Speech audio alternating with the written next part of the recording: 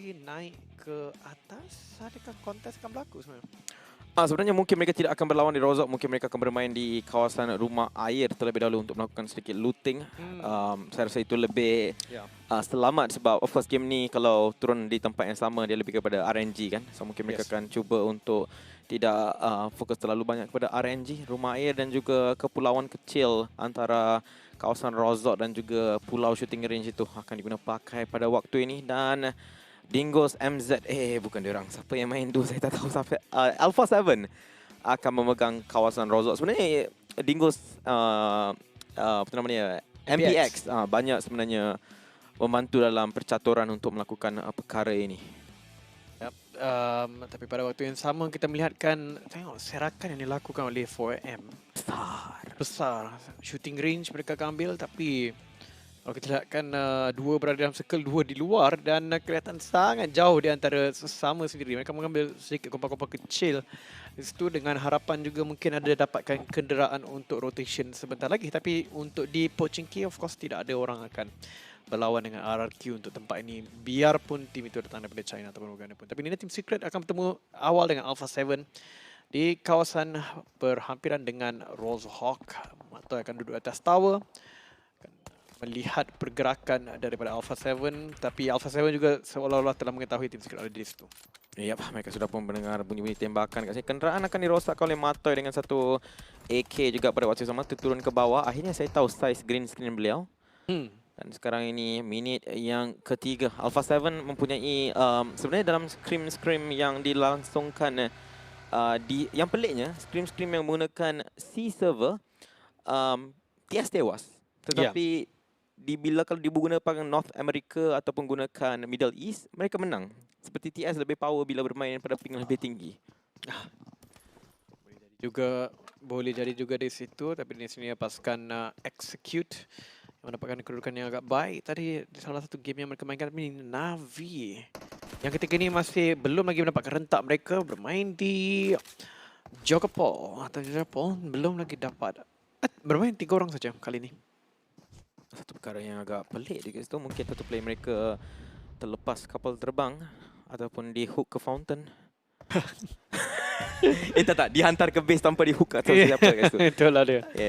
Benda itu boleh berlaku. Old boy itulah player mereka yang paling penting sebenarnya. Dalam banyak-banyak boy itulah yang belum lagi, bukan yang belum lagi tapi dalam banyak-banyak boy kebanyakannya boy lah yang banyak perform. Tak tahu nak cakap apa dah. Aku tengah fikir ayat apa kau nak susun tu. Kalau banyak-banyak boy ni, satu boy je tak datang lagi. Siapa? Small boy. Oh okey, aku boleh terima lagi ni tau. Tapi Zeus tadi mereka hampir menjatuhkan Navi punya player, tapi mereka tidak akan dapat apa-apa pulangan kalau memang ada petanda-petanda macam itu adalah player Navi dan sebagainya. Saya rasa mereka boleh rush saja sebab kalau mereka knock satu lagi, baki tinggal 2 orang saja kan. Waktu ini tidak akan berlaku apa-apa pertarungan terlalu besar. Tidak ada pertarungan terlalu besar. Tapi satu perkara yang menarik sebenarnya yang bila lihat kepada map tadi nampak macam BTR dia turun lambat. Jadi saya sangkakan mereka akan pergi ke Novo untuk ambil tempat. Mereka akan pergi ke farm. Kemudian Novo akan diambil oleh Footballist dan kemudian Sonosuka Military Base akan diambil oleh tim yang lain iaitu tim EUT. Tim EUT. Anim EUT Anim. Yes. Elite apa? Bukan. EUT Elite United Team. Apa je? Hari pertama. Saya pun sebenarnya tak tahu. Tapi sebenarnya dalam list itulah yang tadi dia cakap kan. Kenapa mula-mula macam kita punya producer dia cakap sorry dalam list ni tak ada logo. Macam okay, so what? Aku tengok dalam nombor. Tak ada nombor dekat dia punya logo. Kita tengok pada map sebenarnya. Sebenarnya saya pun macam siapa nombor 18? Saya tengok dalam list nombor 18. Oh, itu adalah A1 daripada Bangladesh. Macam tu pula. Itulah aku pun fikir kita orang buat apa nak tahu logo. Kami tahu semua benda kot. Tak, producer lebih bijak guys. Producer lebih bijak. Daripada ni macam RRQ ni tak apalah kan, dah tahu dah RRQ. Okay, tapi bila keluar tim baju baru lah je untuk RRQ. Sebelum ni mereka pakai hitam sepenuhnya dengan dengan sedikit gold dan juga ni baju warna pink lagi power.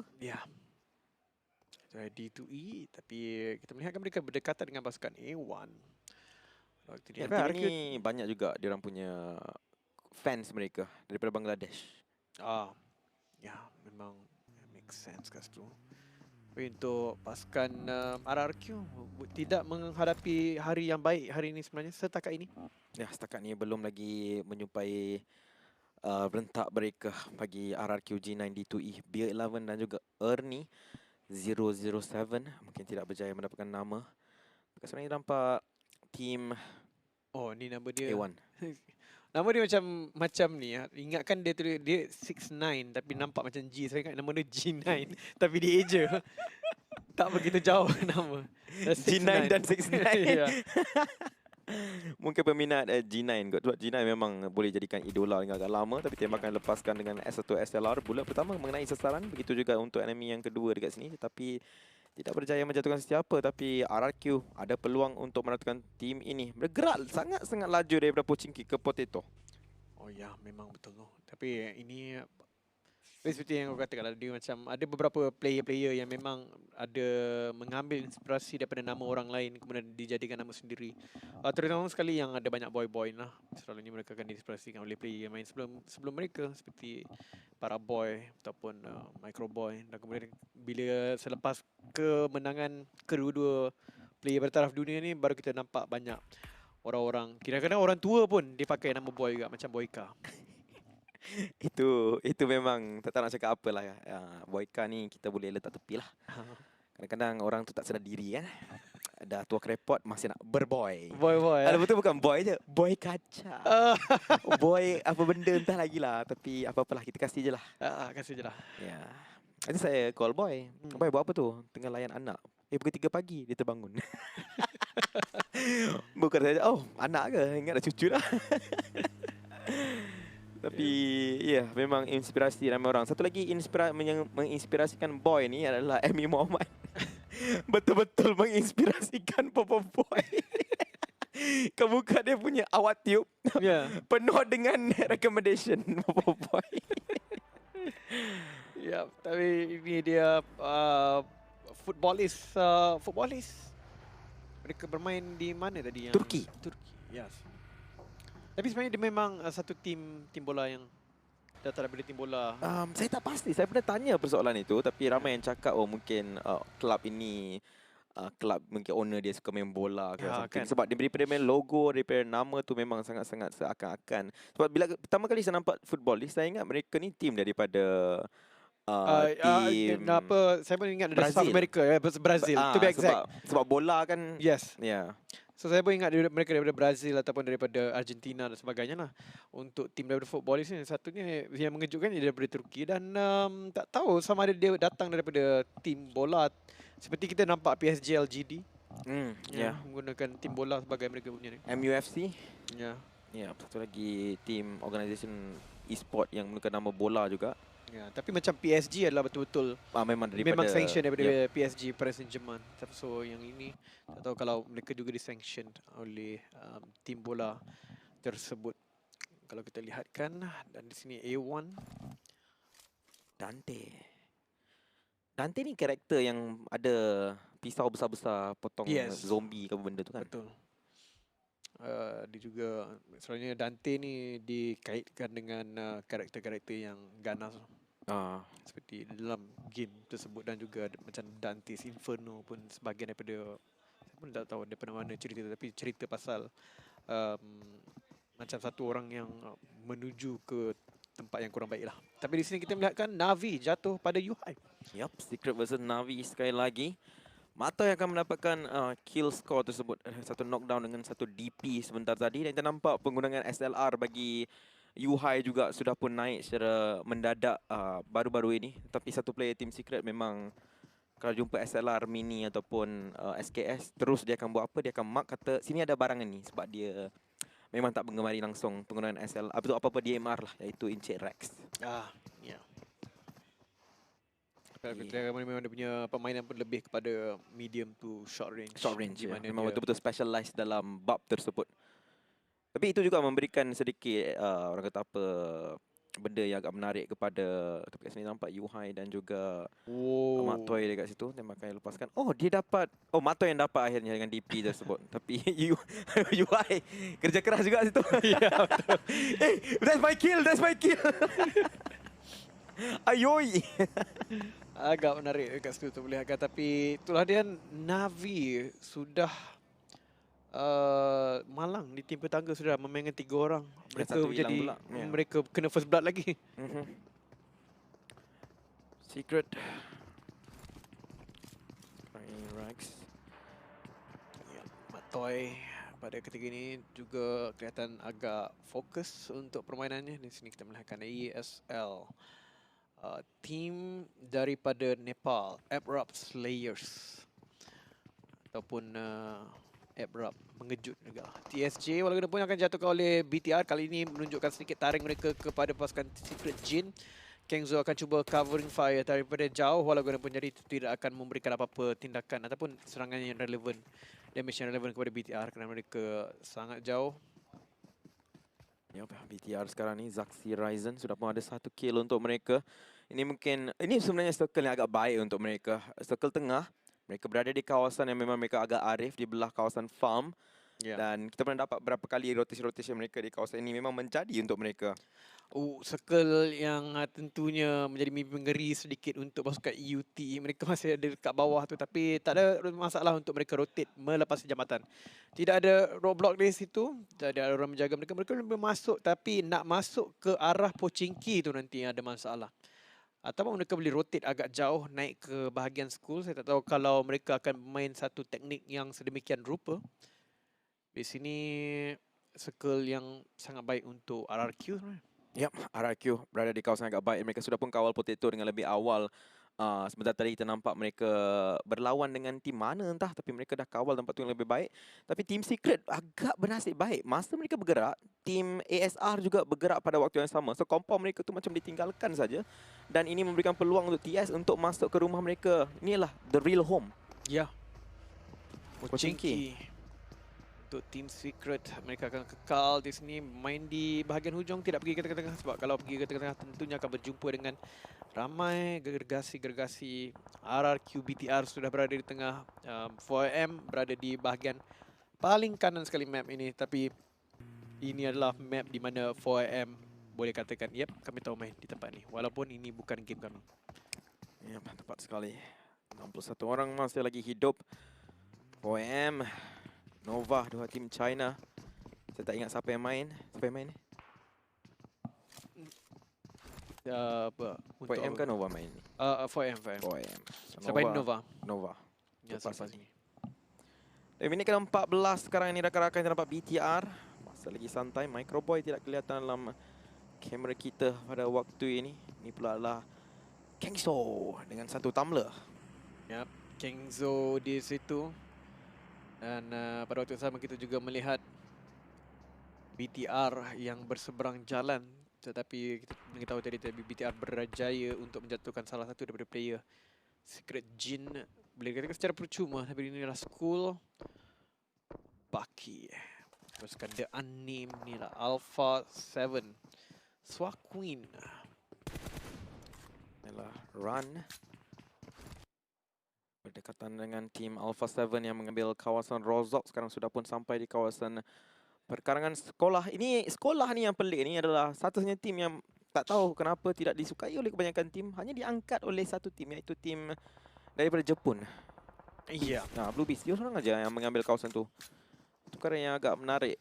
Tidak, walaupun dekat tengah-tengah juga apartment school, tapi, tidak diminati. Ya, tak diminati kan. Kalau dibandingkan dengan Rozok dengan Pochinki of course macam king untuk tempat untuk Erangel ni. Kalau kau dapat Pochinki, kau lah yang paling handsome. Tapi untuk Rozok pun sama juga. Selalunya orang yang ambil Rozok ni tempat tim-tim yang memang gergasi lah, tapi dekat school ni sedikit outcast tempat dia, walaupun tempat itu diambil dulu oleh EVOS VIP, KOG dan sebagainya. Ya, betul tu. Tapi Mak Toy baru dapatkan satu lagi knockdown ke atas satu player ASR. Tapi mereka juga perlu melakukan rotation mereka seterusnya sebab mereka tidak mempunyai circle. Inilah tim bintang kita. Tim DA Digital Athletics daripada Turki. Dan pada waktu ini pasukan EUT begitu jauh sekali mereka rotate. Sebenarnya kalau mereka rotate awal sedikit tadi, mereka tak akan jumpa dengan Team Secret. Tapi disebabkan mereka rotate sedikit lewat, mereka akan terpaksa dimatikan oleh Team Secret. Beberapa kill telah pun diberikan, meninggalkan 1 atau 2 saja daripada pasukan EUT. Dan tiba-tiba saja muka iShot teramat. RRQ jumpa BTR lagi sekali, dan BTR sebenarnya mungkin dah hilang 1 ataupun 2 member. Satu kesukaran BTR asyik berjumpa dengan RRQ. Nampak satu yang ini knockdown sudah pun dibangunkan, dan mereka akan berjumpa juga dengan satu tim yang sudah pun masuk ke dalam. Aksi sedikit rendah dekat sini, kenderaan mereka diletupkan, dijadikan sebagai satu bunker waktu ini. RRQ masih melihat ke arah mereka. GZ juga dijatuhkan, dibunuh secara langsung untuk Secret Jin. Hampir minit 17 sekarang ni, Jay. Ya, hampir minit 17. Tapi BTR dan RRQ berjumpa ini dalam satu map ini ada tim daripada satu dunia. Tapi kenapa kena jumpa Kenapa dengan kita yang kena jumpa? Kenapa mereka juga kena jumpa? Jodoh, awal? Jay, jodoh. Jodoh terlalu hodoh sebenarnya untuk pasukan BTR, sebab itu merupakan satu pasukan yang tentunya mereka tidak mau berjumpa sama sendiri terlebih dahulu. Sebab kalau diorang dapat menang pun, kalau kita lihat macam di game Sanhok tadi, kalau ikutkan tim RRQ sudah menang perlawanan itu, tapi Ryzen dapat cacatkan RRQ. Akhirnya RRQ yang cacat teruk. Yes. Akhirnya dua-dua pun tak berapa nak untung. Yap, kedua-duanya hilang beberapa member. Tapi kat sini kita nampak Team Secret, keempat player mereka sedikit rendah. Tapi mereka ada 2 kenderaan untuk mereka guna pakai. Mereka akan keluar daripada kawasan ini supaya mereka tidak perlu jumpa dengan ASL. Yang mereka ada knockdown sebentar tadi. Tapi BTR dah bangun semula. Kita selalu cakap BTR ni lebih kurang macam Yudo Gang. Mereka ada mutiara naga untuk bangunkan semua orang. Satu grenade tangan dibaling kat situ, satu orang di knockdown. Satu lagi grenade tangan dibaling oleh Luxy. Kita tahu grenade tangan daripada mereka ini ada skop 8. Tak perlu tarik-tarik, dan mereka dapatkan kill tersebut. 2 kill untuk mereka, tapi Zaxi akan terkorban dalam perkara ini. Tapi Leon sekarang dijatuhkan oleh Rex. 4AM Shinhee, saya rasa ni kali kedua dia knockdown sebenarnya. Tapi Navi akan dikeluarkan akhirnya. Navi, satu perkara yang malang untuk pasukan Navi ini. Tidak dapat menyerlah langsung dalam kedudukan game ini, kerana mereka pada waktu ini boleh dikatakan bukan sebagai salah satu faktornya adalah kerana mereka tidak dapat memaparkan mereka punya full squad line up atas mungkin masalah-masalah teknikal yang berlaku. Tetapi untuk 3 game yang mereka mainkan, sedikit tidak menyelah. Ya, betul tu. Sedikit masalah untuk tim Navi sekarang ni. Shinhee dibunuh secara langsung. Soklam juga akan gugur dekat situ. 2 player 4AM. Sedikit demi sedikit mereka kehilangan momentum waktu ini. Mereka di tangga ke-10 kali terakhir terlihat mereka dalam overall ranking.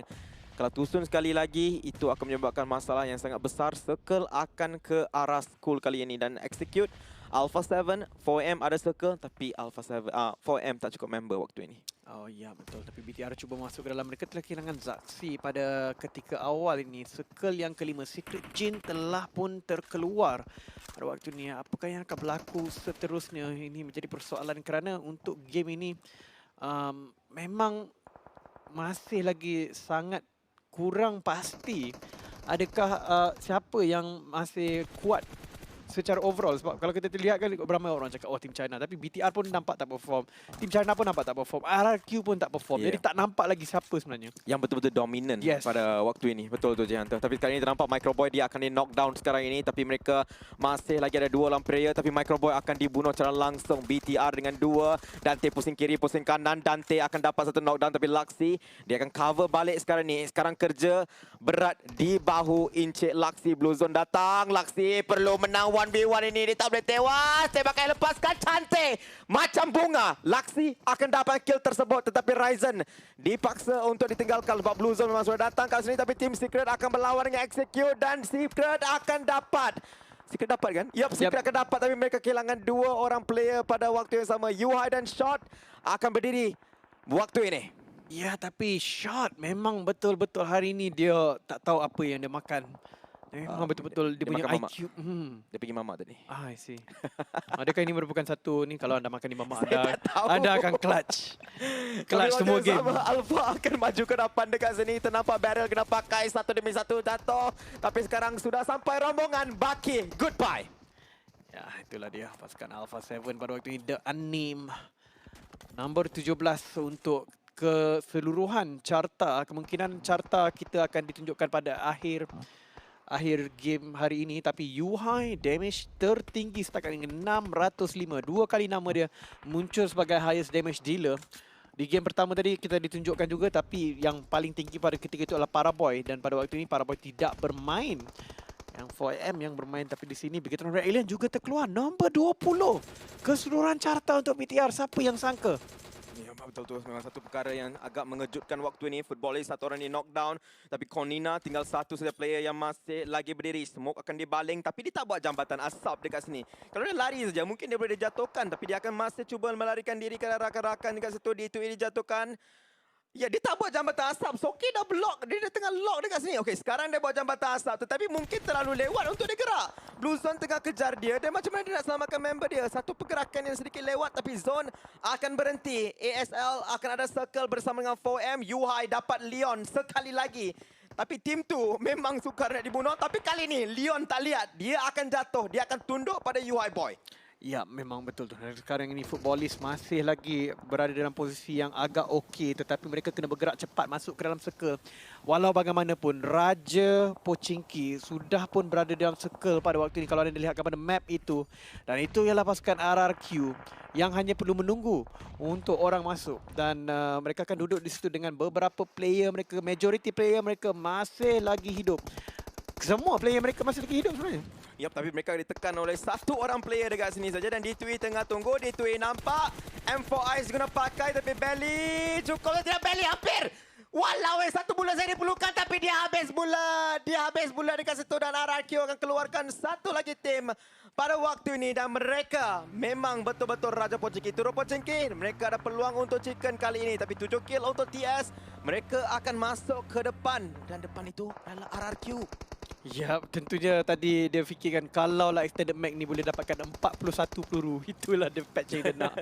Sebab satu peluru tadi diperlukan untuk menjatuhkan D2E. Malang sekali tak dapat, dan dia akan terkeluar. Top 5 pada waktu ni, top 5 juga untuk Team Secret. Tetapi pasukan Alpha 7 masih ada lagi 4 orang. 4M hidup lagi sampai sekarang. Ya, mereka sudah pun larikan satu bunker dekat sini. Ini adalah satu acuan yang sangat-sangat cantik. Dia buat satu perisai yang begitu menarik, begitu hebat untuk diri dia. Dia ada circle. Orang tak boleh pergi mudah-mudah. Aku nak tembak dia, nak bunuh dia. Tak boleh. Sangat-sangat sukar. Tapi Alpha 7, satu player di knockdown. Waktu yang sama, 4AM dapat Footballis. Dibunuh secara langsung. Playzone akan jatuhkan satu lagi player Footballis. Kita tak nampak berapa orang yang hidup untuk Footballis waktu ini. Tetapi sedikit demi sedikit mereka tengah hilang. Alpha 7 dengan 6 kill, 3 orang player. Cuba untuk membaling smoke untuk maju ke depan. Jambatan dibina. Tetapi 4AM, mereka kena gerak pada waktu ini. Footballis dikeluarkan.